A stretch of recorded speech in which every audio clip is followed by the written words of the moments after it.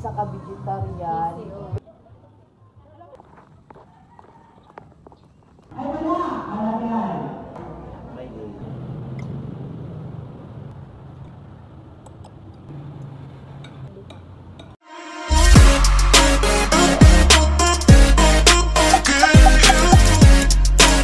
Hello mga katingan, a day in my life as a solo living, Chores. So guys, ito ngayon ako ay nag-aayos para back to work na naman tayo. Dahil New Year na ay magpapakabait na tayo, Chores. Mabait naman tayo palagi.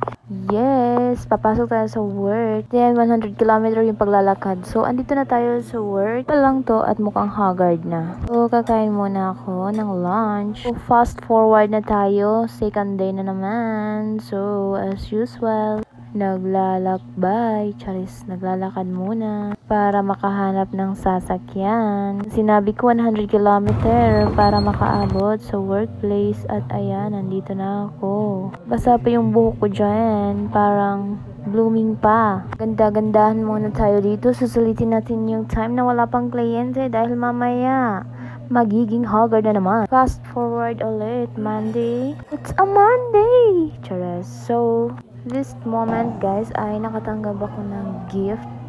Ito lang naman ay yung spray. At this moment naman guys, andito na naman tayo kakain. So niyaya pala ko ng boyfriend ko, nakakain kami dito sa Arabic food at dito na place. Non-Muslim kasi yung boyfriend ko guys. So gustong gusto, sana siguro niya na magmo-Muslim na siya. So charas.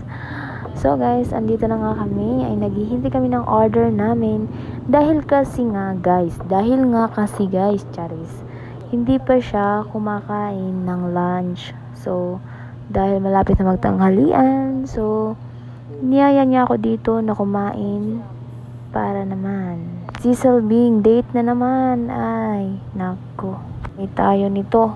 Yan, mukha nang nagugutom na talaga. Noon break kasi guys, hindi kaya siya nakakain. So, ayan. So, ito pala yung in-order namin guys. Sobrang sarap. So, pasensya na. Pasintabi muna sa mga nagugutom dyan. At ito na naman ako.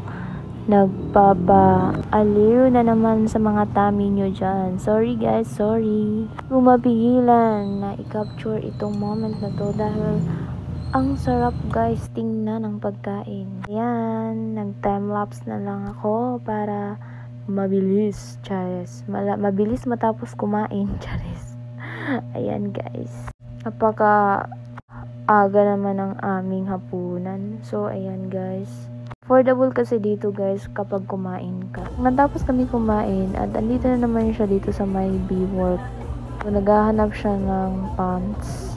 So, dito kasi mga selected thrift. Ayan, marami ding nagbibinta mga vendors dito. Mga dried food, at saka mga pagkain. So, dito kami bumili sa kanyang friend at nabudol nga siya ng 2 pants. At binigyan niya ako ng 1 pants dyan guys dahil alam niyang nagustuhan ko. Charis. Ayan yung mukha ng nabudol oh. Pero hindi naman siya nagsisisi. Sabi nga niya baka nga kapag gumasto ka ngayon, triple pa yung darating kay. So, this day, galing nga namin sa work guys at uwi na nga kami. Biglang nagyaya si Ate Mimi na kumain dito sa Mojo's at ayan. At ngayon nga si Ate Mimi at Ate Guyang at ako. So, picture muna. Sorry Ate Mimi, I'm full. Habang nga kumakain kami guys, ay nagkukwentuhan kami hanggang sa matapos na yung kinakain namin, Charis. Nabusog na nga kami at ayan.